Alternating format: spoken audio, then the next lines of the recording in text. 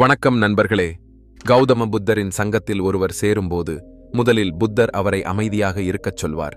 தியான நிலைக்கு செல்வதற்கு முன் அந்த நபருக்கு அமைதியாக இருப்பதைப் பற்றி கற்பிக்கப்படும். இன்றைய காலகட்டத்தில் எங்கும் சத்தமும் குழப்பமும் நிறைந்துள்ளன. இதனால் மனத்தில் மன அழுத்தம் ஏற்படுவது இயற்கையே. இதுபோன்ற சூழலில் நீங்கள் தினமும் சிறிது நேரம் மௌனமாக இருப்பதை பயிற்சி செய்தால் மன அழுத்தத்தை உண்டாக்கும் ஹார்மோன்களின் அளவு குறையும். இதனால் உங்கள் மனம் அமைதியடையும், கோபம் கட்டுப்பாட்டில் இருக்கும், மன அழுத்தத்தை அதிகரிக்கும் ஹார்மோன்களின் அளவு குறையும். இன்றைய இந்த வீடியோவில் எந்தெந்த சூழ்நிலைகளில் நாம் அமைதியாக இருக்க வேண்டும், எந்த சந்தர்ப்பங்களில் பேச வேண்டும், மௌனமாக இருப்பதால் நம் உள்ளே என்ன மாற்றங்கள் உருவாகும் என்பதை அறிவோம். நண்பர்களே, ஒரு மாலை நேரம் குரு தனது அனைத்து சீடர்களையும் அழைத்து, நாளை காலையில் அனைவரும் ஆற்றில் குளித்துவிட்டு உடனடியாக எங்கள் குடிலுக்கு முன் வந்து சேருங்கள் என்றார். இதைக் கேட்டு அனைவரும் ஆச்சரியமடைந்தனர். நாங்கள் ஏதேனும் தவறு செய்தோமா என்று நினைத்தனர். ஆனால் மற்றவர்கள் சந்தோஷத்துடன், குருஜி நாளை காலையில் ஏதோ நல்ல விஷயம் சொல்லப் போகிறார் என்றனர். அனைவரும் இரவில் சரியான நேரத்தில் தூங்கிவிட்டு காலையில் எழுந்து ஆற்றில் குளித்துவிட்டு குருஜி முன் வந்து நின்றனர். அப்போது குரு கூறினார், இன்று உங்கள் அனைவருக்கும் மௌனமாக இருப்பதன் பலன்களை பற்றி சொல்கிறேன். குரு தொடர்ந்தார், 10 சந்தர்ப்பங்கள் உள்ளன.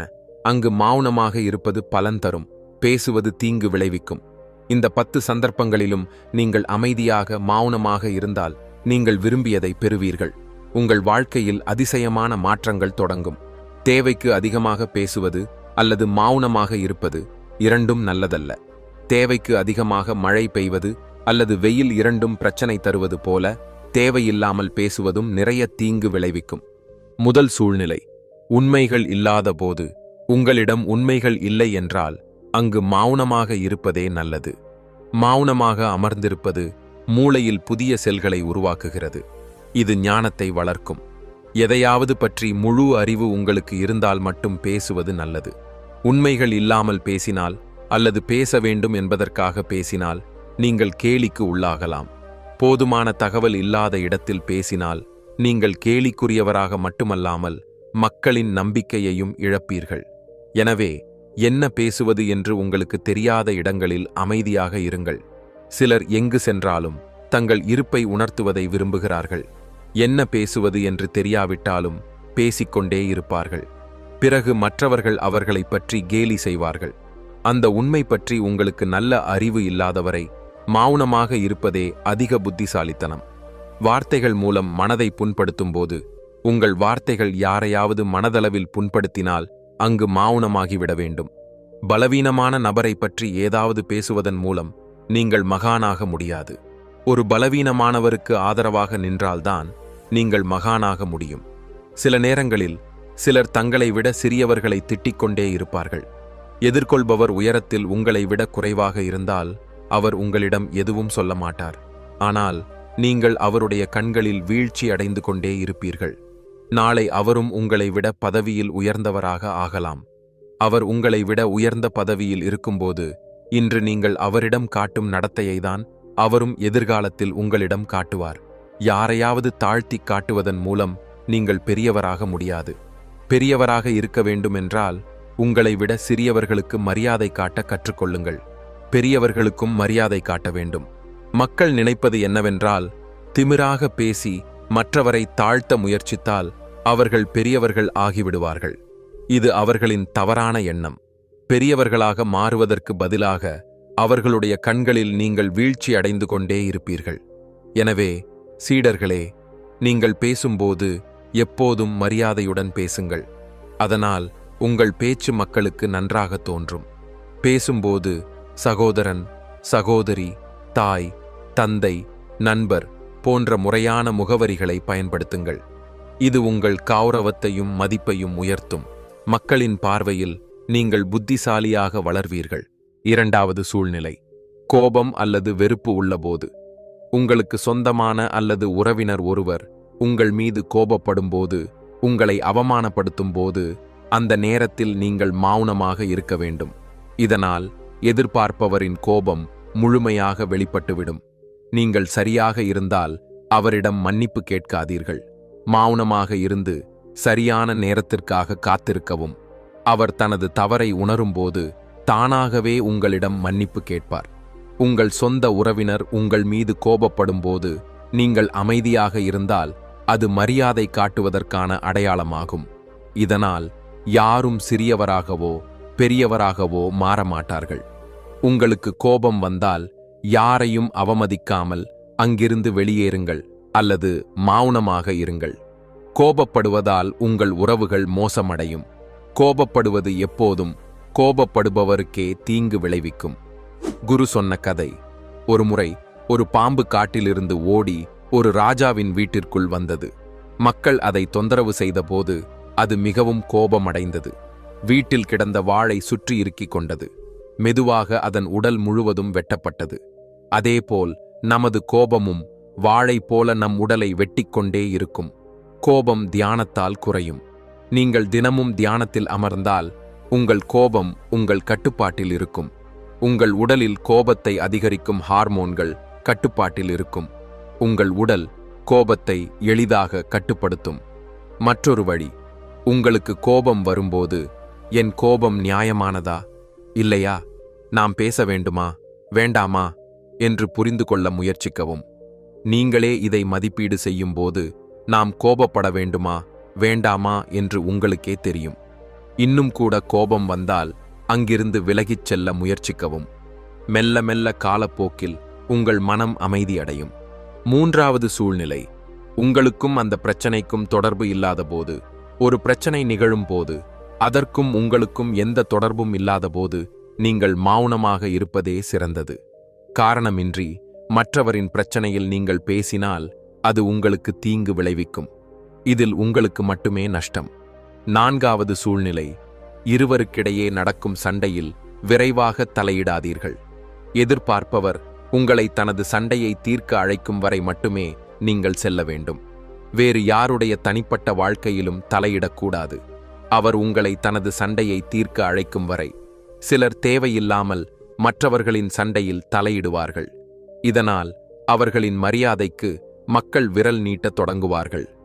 ஐந்தாவது சூழ்நிலை, உங்கள் வார்த்தைகள் ஒரு நண்பருக்கு தீங்கு விளைவிக்கும் போது உங்கள் வார்த்தைகள் எதிர்கொள்பவரின் குடும்பத்தினர் அல்லது நண்பர்களின் கௌரவத்தை பற்றி கெட்ட முறையில் காட்டினால் நீங்கள் மௌனமாக இருக்க வேண்டும்.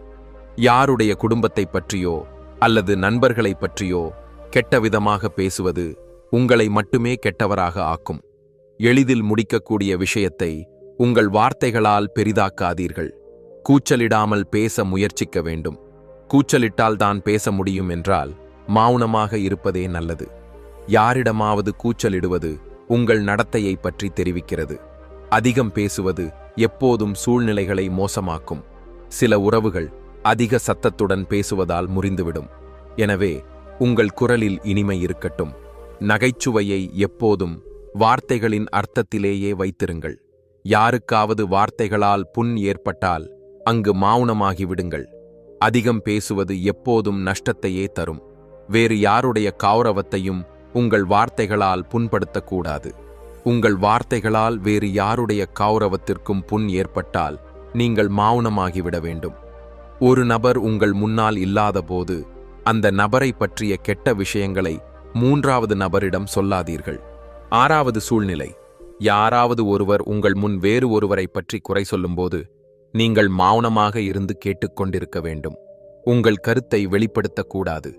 ஏனென்றால் இன்று உங்கள் முன் வேறொருவரை பற்றி குறை சொல்பவர் நாளை வேறொருவர் முன் உங்களை பற்றியும் குறை சொல்லலாம். நீதி சாஸ்திரத்தின்படி தனது வாயை மூடி வைத்து புத்தியுடன் செயல்படும் மனிதனே புத்திசாலியாகும். தேவையில்லாமல் பேசுவது, யாரை பற்றியாவது யாருக்கிடையேயாவது பேசுவது தவறான விஷயம். சில நேரங்களில் நமக்கு புத்திசாலித்தனம் என்பது நாம் எங்கே வாயை திறக்கக்கூடாது என்பதை அறிவதில்தான் இருக்கிறது. ஏழாவது சூழ்நிலை, யாரும் உங்கள் உணர்வுகளை புரிந்து கொள்ளாதபோது. யாரோ ஒரு நபர் உங்கள் உணர்வுகள், துக்கம் அல்லது கவலைகளை வார்த்தைகளில் புரிந்து கொள்ளவில்லை என்று நீங்கள் உணர்ந்தால், அல்லது புரிந்து கொள்ள முயற்சிக்கவே இல்லை என்று உணர்ந்தால், அல்லது கவனமாக கேட்கவே இல்லை என்று உணர்ந்தால், அத்தகைய நபரிடம் நீங்கள் மௌனமாக இருங்கள். ஏனெனில் இத்தகையோருக்கு உங்கள் உணர்வுகளிலோ துக்கத்திலோ எந்த தொடர்பும் இருக்காது.